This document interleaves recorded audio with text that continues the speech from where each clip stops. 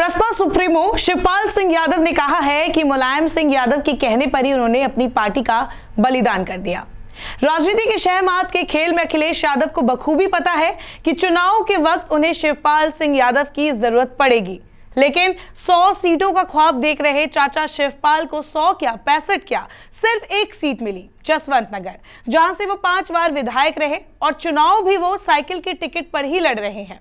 सत्ता की खातिर दोनों के बीच हुआ गठबंधन कितना टिकाऊ साबित होता है, इस पर अब सवाल भी उठने लगे हैं। कभी सपा के बड़े चेहरे रहे शिवपाल यादव अपने भतीजे अखिलेश यादव से मनमुटाव के बाद ही पार्टी से अलग हो गए थे, लेकिन विधानसभा चुनाव 2022 से पहले दोनों में गठबंधन हुआ है।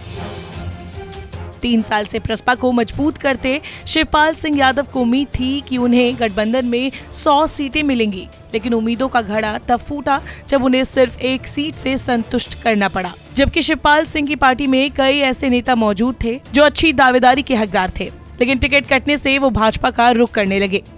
इनमें से एक नाम रघुराज सिंह का भी है। ऐसे में शिवपाल और अखिलेश के बीच खत्म हुई दूरियों पर विश्वास करना थोड़ा मुश्किल है। दूसरी चीज, चुनाव प्रचार के दौरान अखिलेश के साथ हमेशा जयंत चौधरी नजर आए, लेकिन चाचा भतीजे साथ में किसी मंच पर सामने नहीं आए। अब चुनाव प्रचार के दौरान शिवपाल सिंह ने जाने अनजाने में अपना दर्द बयां कर दिया है। उन्होंने कहा कि वो अपने बड़े भाई मुलायम सिंह यादव नेताजी का बेहद सम्मान करते हैं और उन्हीं के कहने पर सपा गठबंधन का हिस्सा बने थे। उन्होंने कहा, नेताजी कहते थे कि कम से कम 100 सीटें लेना, फिर बोले कम से कम 200 सीटें लेना, लेकिन मैंने तो केवल 100 ही मांगी थी। मगर उन्होंने कहा कि कुछ कम कर दो, तो पहले 65, फिर 45 और फिर 35 कर दी। फिर बोले ये भी ज्यादा है। फिर मैंने कहा कि सर्वे करा लो, जितने भी हमारे जीतने वाले लोग हों उन्हीं को टिकट दे दो। हम तो समझते थे कि कम से कम 20 या 25 लोगों को टिकट दे देंगे। जानकारी के मुताबिक इस दौरान शिवपाल सिंह यादव ने इशारों में ये भी बताया कि उनके सभी जीतने वाले लोगों को टिकट ना देकर अखिलेश ने गलती कर दी है।